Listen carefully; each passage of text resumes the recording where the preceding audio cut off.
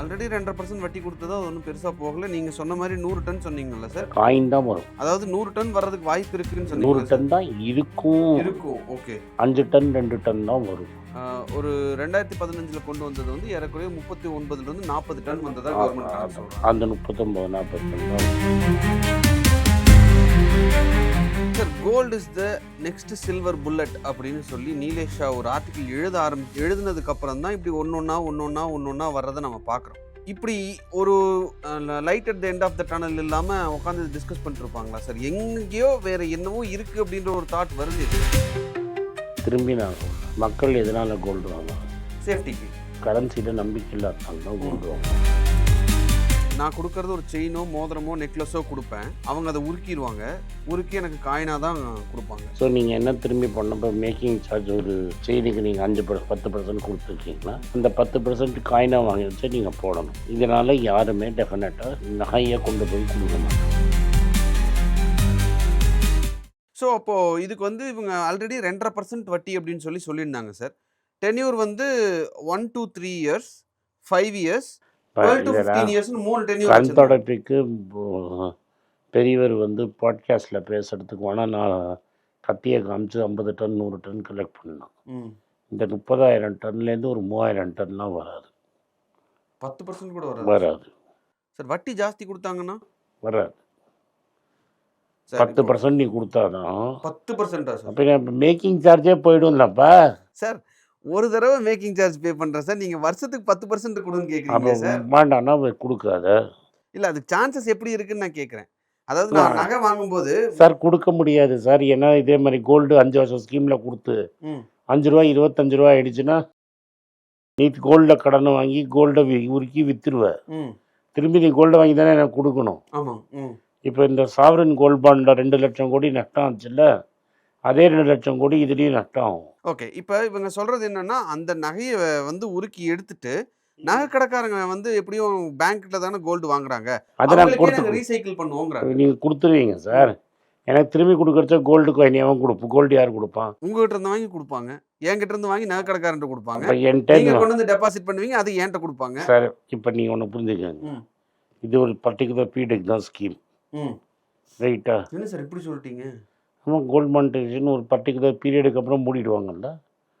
அப்படி தானே sovereign gold bond ட்ரான்ச் மேலே ட்ரான்ச்சாக தானே போட்டான். அது கம்ப்ளீட் லாஸ் சார், அதனால மூடிட்டாங்க. அதே மாதிரி தான் கோல்ட் ரேட் ஏறாமல் இருந்திருந்தா இது டெஃபினட்டாக ஏறும்ல. எப்படி அதான் இந்த அளவுக்கு ஏறாமல் இருந்திருந்தால் எப்படியும் ஏறும் பாஸ். இப்போ ஏன் ஏறலைன்னா அமெரிக்காவில் இன்ட்ரெஸ்ட் ரேட் ஏறும்னு. நீ அமெரிக்காவில் இன்ட்ரெஸ்ட் ரேட் அவன் ஏற்றினான்னா உடனே அங்கே ரிசெஷன் வரும். ரிசெஷன் வந்ததுன்னா அவன் ரேட் கட் பண்ணுவான், கோல்டு ஏறும். ஸோ கோல்டு 25,000ங்கிறது கன்ஃபார்ம். இன்றைக்கிங்கிறது தான் கேள்வி. இப்படி தான் 10,000க்கும் சொன்னீங்க சார். அதே தான் நானும் இப்போ சொல்கிறேன். அதனால தான் இது கவர்மெண்ட்டுக்கும் பைட் ஐடியா, மக்களுக்கும் பைட் ஐடியா. இன்றைக்கி 15,000 ரூபாய்க்கு கொடுத்துட்டு 5 வருஷம் கழிச்சு 25,000 ரூபா கொடுத்தா வட்டி 2 ப்ளஸ் வட்டியும் சேர்த்து கொடுத்தீங்கன்னா 2% லாஸ் இல்லை, 5-6% லாஸ். நீங்கள் கோல்டை மக்கள் வாங்காமல் இருக்கணும், நீங்கள் பேன் பண்ணி அதெல்லாம் பண்ண முடியாது. வட்டி விகிதத்தை ஏற்றினா கோல்டுக்கு போக மாட்டோம், அவ்வளோதான். Okay sir. இப்போது இந்த கோல்டு பாண்டு ஸ்கீம்லேயே பார்த்தீங்கன்னா 2.5% வட்டி, மெச்சூரிட்டி 8 வருஷம் அப்படின்னா நமக்கு 2.5%னா 20% வட்டியே கிடச்சிரும். அது போக அன்னைக்கு நீங்கள் வாங்கும்போது அந்த கோல்டுக்கு என்ன ப்ரைஸோ அதை அப்படியே வாங்கிக்கலாம். அதனால தான் அவனுக்கு நஷ்டம் சார், பண்ண மாட்டான் சார். பேங்க்குக்கு நஷ்டம், அது பேங்க்குக்கு நஷ்டம், கவர்மெண்ட்டுக்கு அதே தான் ஆகும். இப்போ வந்து கடனா ஒரு நாளைக்கு எல்லாரும் திரும்பி வாங்கிக்கோனால அதே தான் பண்ணுவான். அதனால சொல்கிறேன், கவர்மெண்ட்டுக்கும் கோல்டும் கீரையும் பாம்பு மாதிரியும். கீரியும் பாம்பும் ஒரு ரூமில் வைக்க முடியாது. அப்போ யார் தான் சார் இப்படிலாம் ஐடியா கொடுப்பா? நீங்கள் தான் பேசிட்டு இருக்காங்க, பேங்க் அஃபீஷியலை கூப்பிட்டு பேசுகிறாங்க, மினிஸ்டர்ஸை கூப்பிட்டு பேசுகிறாங்க. நிலேஷ் சார், நம்ம நிர்மலா சீதாராமன், இது மாதிரி ஆளுங்களெல்லாம் நீங்கள் அட்வைஸராக வச்சுக்கிட்டா இப்படி தான் அட்வைஸ் கொடுப்பாங்க. ஆனால் கவர்மெண்ட் இதை மறுத்த மாதிரியும் தெரியல சார். நான் திரும்பி சொல்கிறேன் சார், ஒரு 5-6 யூனிவர்சிட்டி தான் உலகத்தில் இருக்குது. அங்கே படிச்சுட்டு வந்தால் தான் எக்கனாமிக்ஸ் உங்களுக்கு தெரியும். நம்ம இங்கே லோக்கலில் வந்து ஜேஎன்யூலையும் நியூ காலேஜ்லேயும் படிச்சுட்டு எக்கனாமிக்ஸ் அட்வைஸ் கொடுக்க முடியாது.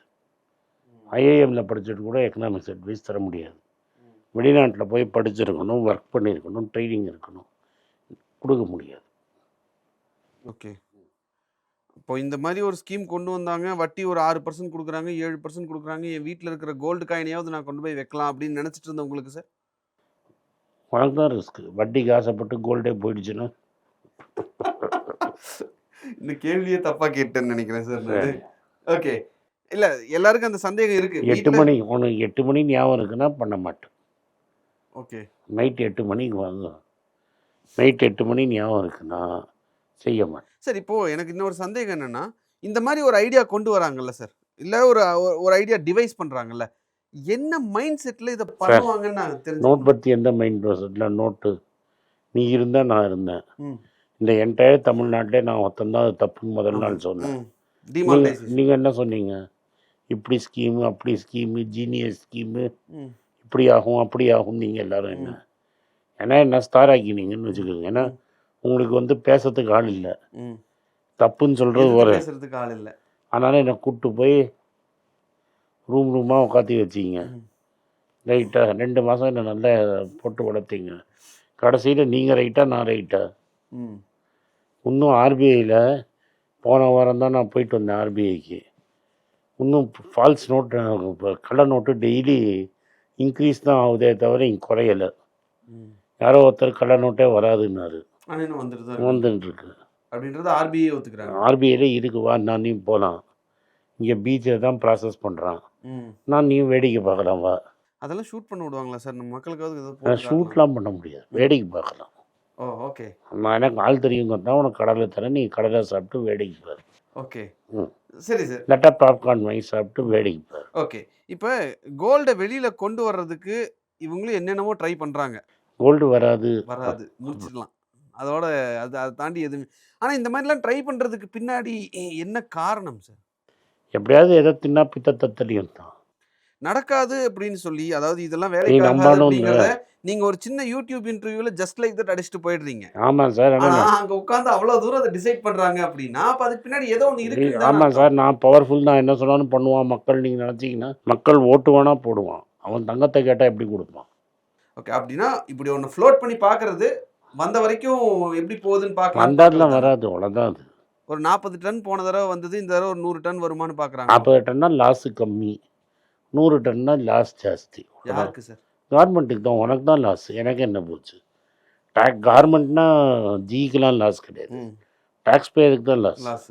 நம்மகிட்ட டாக்ஸ் வாங்கி தான் அந்த அந்த பணத்தை வச்சு தான் இப்படி கோல்டு இம்போர்ட் பண்ண போறாங்க. ஆமாம். சரிங்களா? Okay fine sir. ஸோ அப்போ இந்த ஸ்கீம் வந்து it is not going to work. நீ உன் தங்கத்தை கொண்டு போய் கொடுப்பியா? நான் கொடுக்க மாட்டேன் சார். என்கிட்ட இல்லை சார். அதான்.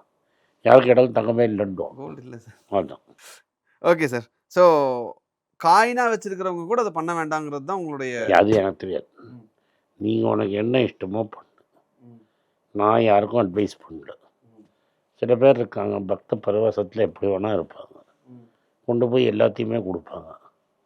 இப்போ சில பேர் இருக்காங்க நாங்கள்லாம் சொன்னும் போது கேட்காம வயசாகிடுச்சு சம்பாதிச்ச காசெல்லாம் கொண்டு போய் ராமருக்கு கொடுத்தாங்க. அந்த சைடு பைப்பை போட்டு உறிஞ்சிட்டாங்க எல்லாத்தையும். அது மாதிரி இருக்காங்கல்ல.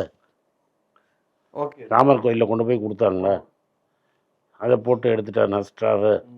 அவ்வளோதான். Okay sir fine. Thank you sir. So இந்த கோல்டு மானிட்டைசேஷன் 2.0 அவங்க கொண்டு வராங்களா அப்படிங்கிறது தெரியல. பட் ரிப்போர்ட்ஸை இப்போ வரைக்கும் இந்த வீடியோ ஷூட் பண்ணுற வரைக்கும் ஆக்சுவலாக அவங்க டினை பண்ணலை. சரி, இப்போ நான் என்ன கேட்குறேன்னா, இதுக்கும் இந்த ராமர் கோயிலில் கொண்டு போய் நீ கொடுத்த ராமருக்காக கொடுத்தீங்க. ராமர் பேரை வாங்கி நீ ராமருக்கு கொடுத்த, ராமர் அவனுக்கு கொடுத்தான். அது மாதிரி தான். நாங்களே கொடுத்துக்கிறோம் சார். ராமர் மூலமாக கொடுக்க வேண்டாம்னு நினைக்கிறோம். அப்புறம் நீ தேசத்துறை ஆயிடுவ. Okay sir fine. ஸோ இந்த கோல்டு மானிட்டைசேஷன் ஸ்கீம் வருமானு தெரியல. பட் இது ஒரு. அப்போ ராமருக்கு தங்கம் தர மாட்டேங்கிற நீ. நான் எதுவும் சொல்லலை சார். ம். எனக்கு தெரியாது. Okay sir fine.